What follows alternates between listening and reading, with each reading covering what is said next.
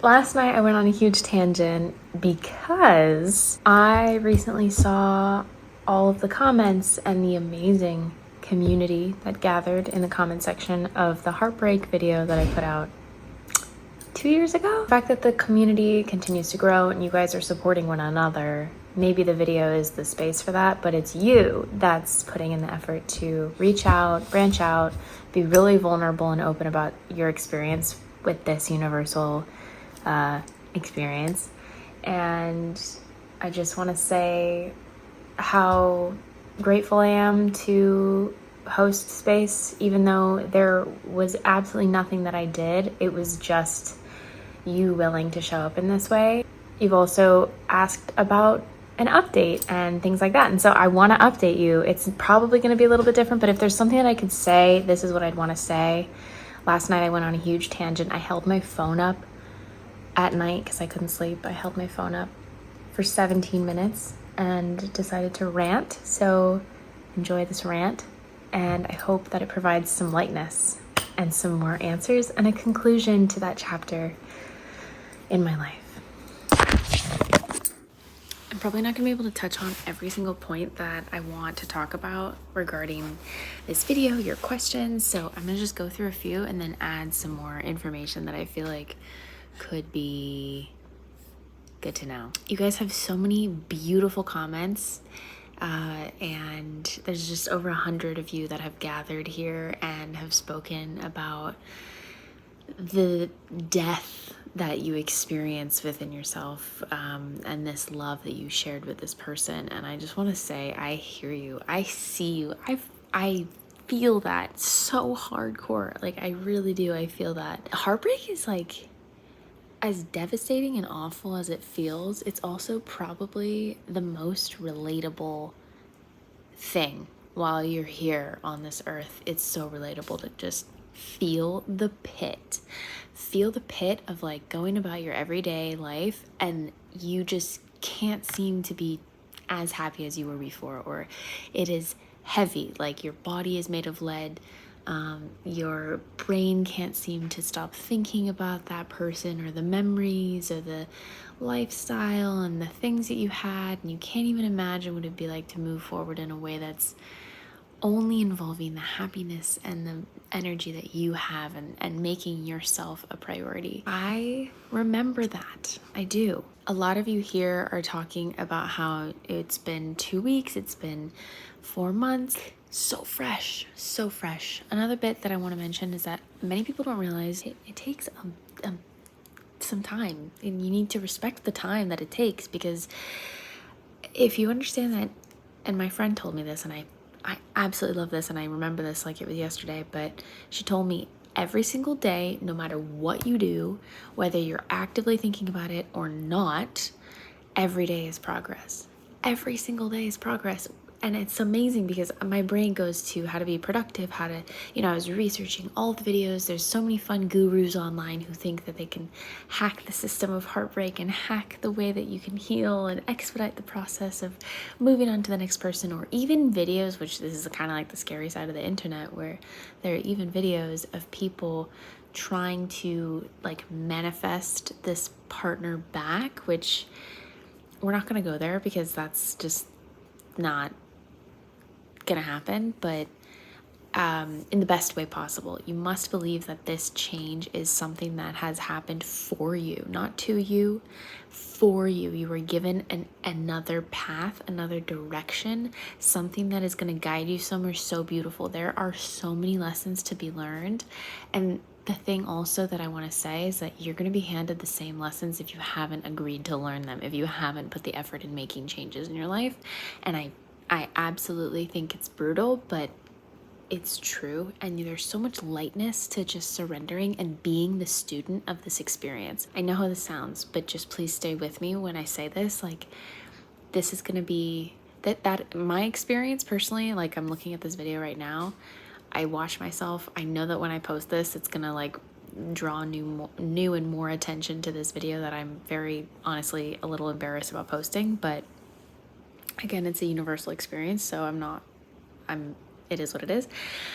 I would do it all over again. If I knew how much I've grown in 2 years, the amount of growth I've had and experienced in 2 years. I'm also still in the same apartment. I'm still in the same, I do the same things. I go to my favorite restaurants I did before, even when I was in the, like nothing has changed. I rewrote my story. I made it so that all of the things that I still love and value about life are still in my life. And I've also at the same time opened my heart to dating and to people and to love and to opportunity and to continue to hope and dream and be a cheerleader for love. I love love. I still love love. Love is amazing. Love is one of the most wonderful gifts we can experience in life. And I think soulmates come in so many forms. I personally believe, someone recently asked me if I believe in soulmates. I do believe in soulmates. I don't believe in the one. I think believing in only one person for people is very limiting. But if we believe that we have many soulmates, then we feel unlimited. And it's now just about making sure to continue to stay open to meeting everybody, because how beautiful would it be if we could just continue to remain open in receiving this love and different kinds of love from different people, and that we can't confine our definition of love. It's not one thing. It'd be foolish to think that we know what love is after a breakup and that love is limited to that experience. Love is expansive. It means so many things. So I believe soulmates reside in friendships and platonic relationships. I believe soulmates are also romantic relationships, even work relationships, and sometimes family members. And this could be controversial, but I think that even family members aren't always soulmates. That's a different topic. But I do really believe that there's love in all these little places in our lives, and we have to, it's our job to remain open. It's our job to stay willing and to surrender, and to each experience, to each human. You've no idea where they are going to settle into your life and play a big role in your growth, in your journey, and vice versa, you for them as well. So many of you have said that you feel less alone in talking about it, which reassures me in posting this and keeping it up. I can't tell you of how many times I've debated on deleting this, because it is embarrassing to cry and to whine on the internet. But you know, the internet's scary, but you guys have been nothing short of amazing and loving, and thank you. Thank you for seeing it as raw and relatable. It's hard. I remember being in that position, profusely searching the internet, trying to find some relief. Someone who has also just like crying, I don't know why, but like seeing someone else cry on the internet was like, wow, okay, yes, I'm not absolutely nuts for feeling this amount of anger, this amount of sadness, this amount of weight. I'm not an angry, sad person usually. So to feel these things felt very violating. And I get that. A lot of what I said in these videos, and I believe there's only 2 of them, are just me saying that you have to work through it, you have to feel it, you have to be there, you have to support yourself like you would a friend confiding in you. And that's literally my same advice. Like, every feeling is very important. Watch the movie Inside Out, both 1 and 2. Inside Out showed me so many things. It's a kids movie, it's comfortable, but there's like many relevant ties to this experience, especially in heartbreak, especially in regulating your nervous system. Even in the beginning days, like the first week, month, 2 months, 3 months, it really, honestly, truly, I think it takes like, it's different per person, but I really feel things quite deeply. And I would say it took me maybe a whole year. I didn't date or do anything for a whole year after that, because I just needed to focus on myself, and it was hard. I couldn't feel myself. I couldn't feel my skin. I couldn't feel in my body. And I was just trying to navigate these really invasive feelings that felt kind of just like they took over everything. They didn't let me it was like a spin the wheel, and one moment I'd be happy, and then the next moment I'd be sad and then mad, and then, I'd just go in this wheel. I believe I also said this in the same thing, but spending time with friends, talking about it until I beat it to death was also very helpful. Therapy, period, point blank. That's it, therapy. I wish it were something that is accessible for everybody. I know that There's tools out there and resources like BetterHelp. I think it's important to stay empathetic. I mean, I met such an amazing friend group after that, after I remained open. It was December 31st, the day before New Year's Day of 2023. And I remember just releasing control, surrendering to the night. I didn't know what was going to happen. So I just texted a friend. I was like, I'm going to stick with you. Whatever your plans are, I'm going to do what you do. So we went hopping all these places all around the city. And like, again, I'm just kind of having fun, not really thinking anything of it. We end up at this person's house, and I don't know this person. I don't know anybody there except for the person I went with. Long story short, the person whose house it was is now my best soul friend. She's absolutely incredible and seriously an angel. I mean, it really was like the universe put us together, pushed us in the same room.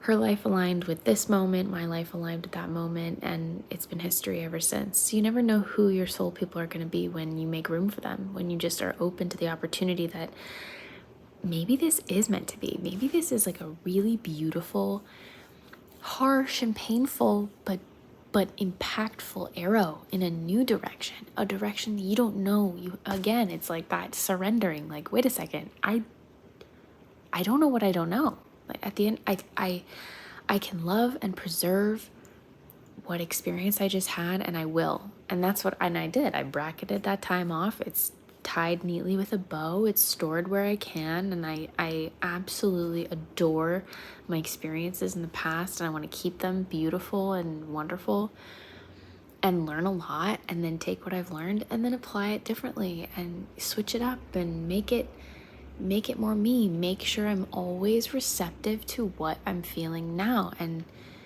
dating has been very interesting because I'm trying to tune deeper into my priorities. But even then, it's confusing because dating makes love feel a little rarer, I will say. But the relationship with yourself is the only one that matters. So, yeah, I think, I mean, let me know any questions you have. I'll answer anything. I think this is so beautiful, this kind of community that's here to hold each other in softness and acknowledge vulnerability as a power, but also know that this time is so rich. Like, this is the kind of pain, discomfort, change that's the catalyst for an entirely new skin of yourself, an entirely new version. And you have this kind of fuel for stuff like this. I can't tell you how much was fueled by that pain, feeling anger, feeling weight, feeling whatever. And then also how much I feel like it's just deepened the love. Like, I thought I loved myself before. No, I love myself now. And also it makes heartbreak a little less scary going through it like this intensely. But I think time is really the best thing. And then also when you have experienced this, and let's say you go out on a date and you're ready to date, it teaches you how to be human while you date and while you open up to new people. Because when you're human, you're vulnerable. You can tap back into that vulnerability and just acknowledge that this is a sensitive time, and you're trying and you're putting your best foot forward, but you're also remembering what you need in the moment. You're not trying to sugarcoat anything. There's so much advice out there. I don't even know where to start, really, and I hope this was helpful, but there's really nothing that I can say to take anything away or change anything at all, except acknowledging that this is a universal experience. You must be open to the opportunity and trusting that this is actually it's good in disguise. It's really good. Your garden is being raked. It's being ripped up. It's being excavated. You are getting new soil, even, like not just the plants that are being ripped up, but the soil too. And think of it like this. As time goes on, you have to remember that the new soil is coming. It's dark, it's rich, it's moist, it's got so many nutrients. And then when the soil has settled in, you get to plant new seeds. And the seeds could be new hobbies, it could be new mindset, it could be new self-talk, new appreciation, just an openness of a new something, new ideas, new habits, new anything. It doesn't have to be a new relationship. There's so much more to life than partnership, and I think that's also what comes later. You have to keep going. You just planted a seed. It needs a minute to absorb the nutrients. It needs a minute to recognize the power of this storm that just ripped up your garden and has now presented an entirely new life. And so as time goes by, you're not going to see anything just yet, but know that the seed has sprouted underground. It has sprouted. And then eventually you're going to see a little butt, and then it's going to come up, and you're going to have a forest. Before you know, you're going to look back, and it's going to be like this forest of new things and new ideas and just this new you that you've painted. And it really will feel like I understand the pain. It feels like a death, but it will also be an intentional shedding of a skin that you didn't know you could live without. And you can.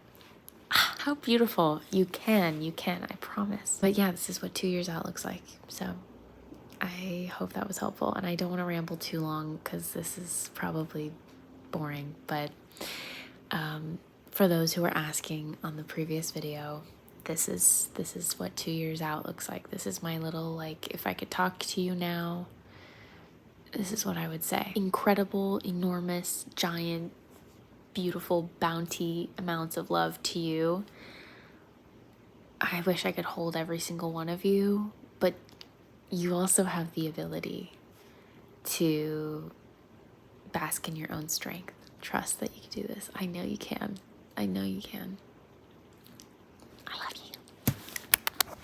I also didn't really update any of the actual things going on in my life, which I feel like I've just been very present the last 2 years, especially the last year. Just really trying to deepen the relationship with myself.